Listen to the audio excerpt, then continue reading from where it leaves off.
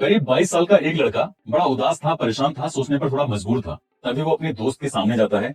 इतनी उदासी उसके दोस्त ने कभी देखी नहीं थी। दोस्त पूछता है कि तुम कुछ थोड़ा परेशान से लग रहे हो, कुछ ऐसा लग रहा है जैसे कुछ सोच रहे हो।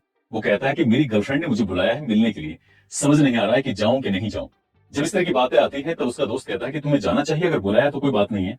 वो कहता है लेकिन जाने से पहले तुम्हें कुछ प्रोटेक्शन लेने की जरूरत होगी। प्रोटेक्शन यानी कि अगर उस लड़की के साथ तुम्हारे कुछ ऐसे संबंध बनते हैं, कहीं ऐसा ना हो कि वो प्रेग्नेंट हो जाए। साथ ही उसने जब इस तरह की बात की, उसने कहा मैंने तो अपनी जिंदगी में कभी इस तरह की बात की नहीं है। तब वो उसे सलाह मशवरा देता है कि क्यों ना तुम कुछ ऐसी गोलियां लेके जाओ जिससे क्या तुम्हारे अंदर पावर, ताकत और ज्यादा आ जाए। इस तरह की बात सुनने के बाद उसने कहा मुझे तो कोई जानकारी है नहीं।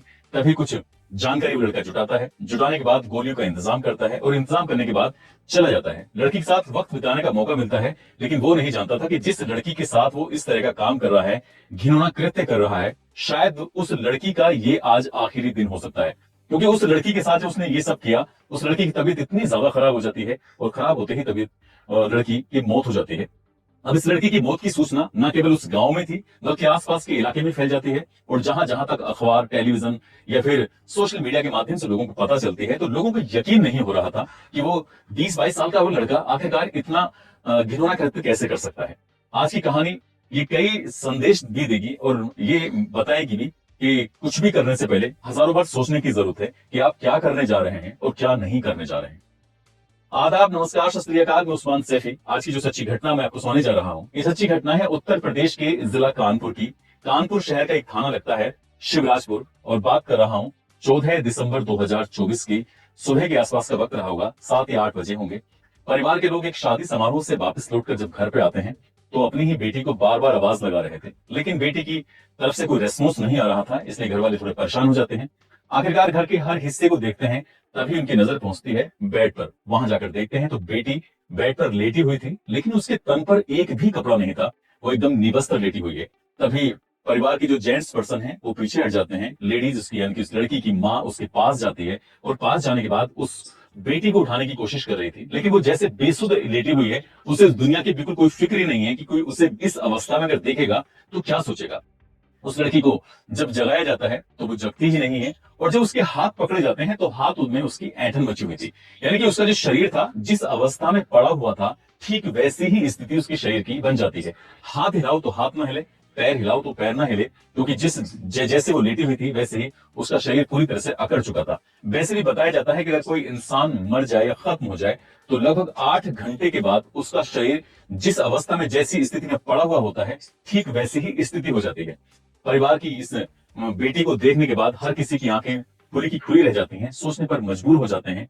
माँ भी रोने लगती है, परिवार के बाकी लोग भी रोने लगते हैं, और इस रोने पीटने की आवाजें जो आसपास के घर थे वहां तक भी सूचना पहुंच जाती है। तभी लोग इस रोने की आवाज सुनने के बाद मौके पर पहुंचते हैं। तभी उस लड़की को किसी चादर से, किसी चीज से ढक दिया जाता है, और इसी बीच में कोई व्यक्ति पुलिस को फोन कर देता है। पुलिस को जैसे ही सूचना मिलती है कि यहाँ पर इस तरह की कोई घटना हो चुकी है, क्योंकि परिवार के लोगों को भी लग रहा था कि ये घटना कोई सामान्य घटना नहीं है, जरूर कुछ ना कुछ हुआ है। बेटी नग्न अवस्था में क्यों पड़ी हुई है। परिवार के सदस्य ज्यादातर लोग सब के सब शादी समारोह में गए थे, आखिरकार कपड़े इसके किसने उतारे होंगे। तभी इसी स्थिति को जानने के लिए आखिरकार पुलिस मौके पर पहुंचती है। पुलिस ने जब आने के बाद, फॉरेंसिक टीम, पुलिस जब इस मामले की जांच पड़ताल में जुट जाते हैं, उस लड़की के जो लाश होती है उसे कब्जे में लेते हैं। ये लड़की 12वीं क्लास की छात्रा होती है, उम्र लगभग उसकी 17 साल के आसपास होती है। परिवार के लोगों से पूछा जाता है कि तुम जब ये घर में अकेली थी तो तुम लोग सब कहाँ गए थे। उन्होंने कहा कि कानपुर देहात का एक गांव लगता है असालतगंज, वो उस शादी समारोह में शामिल होने के लिए गए थे। बेटी से भी कहा था कि बेटी तुम भी शादी में चलो, लेकिन बेटी ने शादी में चलने से इनकार कर दिया था। अब जैसे ये बात गांव में फैल जाती है, तो इस घर का, इसी परिवार का जो बेटा है, उसका घर थोड़ा दूर पड़ता है। उसके बेटे की वाइफ वो भी आती है। आने के बाद वो कहती है कि मेरी 5 साल की बेटी तो इसके साथ ही रात को रही थी। तब उस बेटी से पूछा जाता है तो बेटी कुछ बताने में असमर्थ हो रही थी। अब पुलिस की जो फॉरेंसिक टीम है, वो फॉरेंसिक टीम मामले की जांच पड़ताल में जुट जाती है। घर के हर एक छोटे से छोटे हिस्से को तलाशा जाता है, ये देखने के लिए कहीं कुछ ऐसी चीज मिले जिससे कि ये पता चल सके कि आखिरकार इस लड़की के साथ कुछ गलत जो हुआ है, ये किसने किया है और क्यों किया है। तभी पुलिस को एक रैपर मिलता है, और उस रैपर की जांच पड़ताल की जाती है तो पता चलता है कि वो रैपर एक गोलियों का रैपर है, और उसमें जो गोलियां आती हैं वो किसी भी व्यक्ति की सेक्स पावर को बढ़ाने के काम आती हैं। इस तरह की गोलियां। पुलिस वालों को बड़ा आश्चर्य होता है, और जब घर परिवार के लोगों से बातचीत की जाती है तो इनसे पूछा जाता है कि तुम्हारी लड़की का किससे मेल मिलाप है, इससे बात करती है, क्या यहाँ कोई जबरदस्ती आ सकता है? क्योंकि अब उस लड़की की उस लाश को कब्जे में लेकर जो पोस्टमार्टम के लिए भेजा गया था, तो उसे देखकर भी नहीं लग रहा था जैसे उसके साथ किसी ने जबरदस्ती की है, जैसे उसे किसी ने मारा है, पीटा है, कुछ भी इस तरह का फोर्सफुल इसका काम किया है।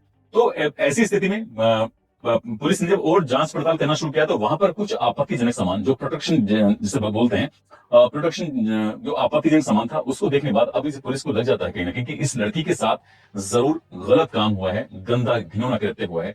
5 साल की बच्ची से जब पूछा जाता है प्यार से, दुलार से, कि बेटा तुमने किसी को आते जाते देखा है, तो उसने कहा था कि हाँ मैंने एक लड़के को देखा है। 5 साल की वो बच्ची बता देती है कि एक लड़के कौन है, कहां से आया है, इसके बारे में कोई जानकारी नहीं दी।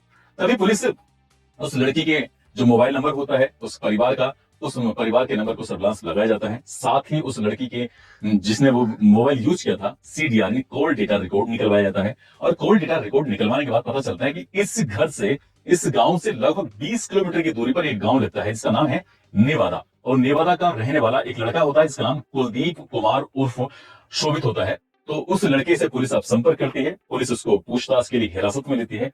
उससे जब बातचीत करती है तो शुरुआत में जिस तरह से होता है हर कहानी में कि पुलिस को देखकर उसने तरह तरह की बातें बनाना शुरू कर दिया, लेकिन पुलिस ने जब उस लड़के से अपनी तरह से पूछताछ करना शुरू किया है तब उसने चौंकाने वाली बात बताना शुरू कर दिया। दरअसल वो कहता है कि इस लड़की से उसकी मुलाकात सोशल मीडिया के माध्यम से हुई थी, यानी कि फेसबुक पर ये बातचीत क्या करते थे, एक दूसरे से संपर्क में आते हैं, दोस्ती हो जाती है, दोस्ती गहरी हो जाती है, ये रिश्ता प्यार की तरफ बढ़ जाता है। इस लड़की ने कहा था कि 13 दिसंबर 2024 को उसके परिवार के लोग, वहीं कानपुर देहात का एक गांव लगता है, सभी के सब लोग शादी समारोह में शामिल होने के लिए जाएंगे, इसलिए एक मौका है, अगर तुम चाहो तो आ सकते हो। लेकिन लड़की ने किसी को इस बात का शक ना हो इसलिए वो अपने भैया के पास जाती है और भैया के पास जाने के बाद कहते हैं कि जो बेटी है वो बेटी को मेरे पास भेज दो, वो मेरे साथ ही सो जाएगी, आज मैं आज अकेली हूँ। उसने कुछ इस तरह के किसी को शक ना हो और वो लड़का रात के 8:30 बजे के आसपास आता है। कुलदीप कुमार आने के बाद उस लड़की के साथ वो संबंध बनाने के लिए, जो पहले से उसके दिमाग में खुरापाती चल रही थी, उसने गोलियां खाता है, प्रोटेक्शन लेता है, उसके बाद उसके साथ वो शारीरिक संबंध बना रहा था।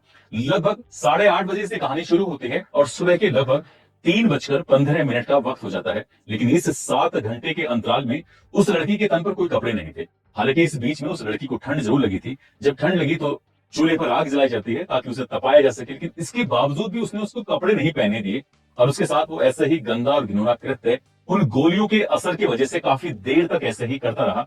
और कब ना जाने उस लड़की की तबीयत इतनी ज्यादा खराब हो जाती है, लड़का समझ ही नहीं पाता। वो लड़की बेड पर लेट जाती है, वो शायद उसने आराम करने की कोशिश की होगी, कुछ भी बोला होगा, लेकिन वो लड़का ये समझ नहीं पा रहा था क्या क्या मैं करूं तो क्या करूं, कैसे से राहत दूं, क्या किसी को आसपास के लोगों को बुलाया जाए या फिर कोई भी मदद मांगी जाए। उसने इस तरह की कोई जो भी समस्याएं उत्पन्न हो रही थी उनसे निकलने के लिए कोई रास्ता नहीं खोजा, बल्कि उसने खोजा ये कि किसी तरकीब से वो अपने घर भागकर चला जाएगा और भाग जाएगा तो शायद किसी को इस बात का एहसास भी नहीं होगा।